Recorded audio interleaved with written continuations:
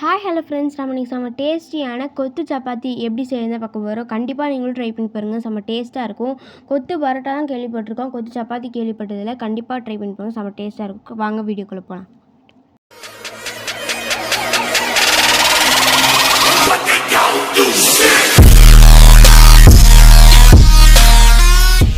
அதுக்கு தேவையான பொருட்கள்லாம் பார்த்துடலாம். 1 கப் கோதுமை மாவு எடுத்து வச்சுருக்கோம். நீங்கள் உங்களுக்கு தேவையான அளவு எடுத்து வச்சுக்கோங்க.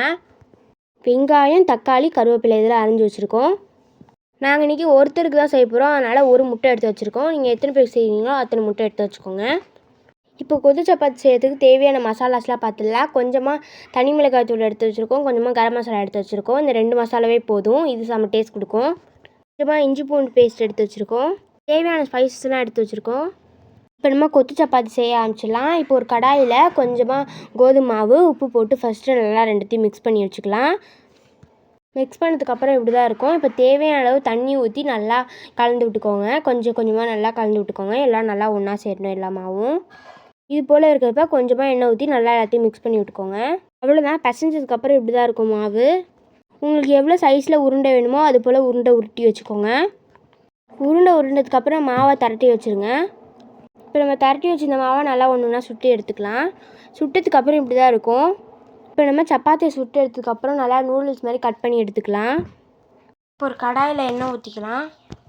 இப்போ ஒரு கடாயில் ஸ்பைசஸ்லாம் சேர்த்து நல்லா வதக்கி விட்டுக்கலாம். இப்போ தேவையான அளவு இஞ்சி பூண்டு பேஸ்ட் சேர்த்து நல்லா எல்லாத்தையும் வதக்கி விட்டுக்கலாம். நம்ம எடுத்து வச்சுருந்த கருவேப்பிலை சேர்த்து நல்லா எல்லாத்தையும் வதக்கி விட்டுக்கலாம்.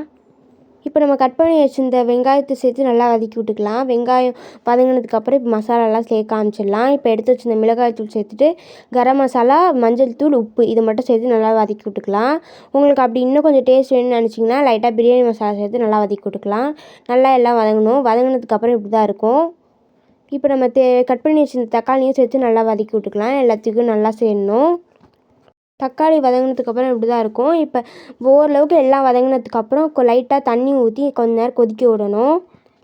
இப்போ நம்ம எடுத்து வச்சுருந்த முட்டையை சேர்த்து நல்லா வதக்கி விட்டுக்கலாம். நல்லா பொரியணும் முட்டை பொரிஞ்சதுக்கப்புறம் எல்லாத்தையும் கூட கலந்து விட்டுக்கோங்க. முட்டை கலந்ததுக்கப்புறம் இப்படி தான் இருக்கும். இப்போ நம்ம செஞ்சு வச்சுருந்த அந்த மசாலாவில் இப்போ நம்ம கட் பண்ணி வச்சுருந்த சப்பாத்தியை சேர்த்து நல்லா வதக்கி விட்டுக்கலாம். எல்லாம் நல்லா ஒன்றா சேரணும். அவ்வளோதான், நம்மளோட கொத்து சப்பாத்தி ரெடி. கண்டிப்பாக நீங்களும் ட்ரை பண்ணி பாருங்கள், செம்ம டேஸ்ட்டாக இருக்கும். தேங்க்யூ.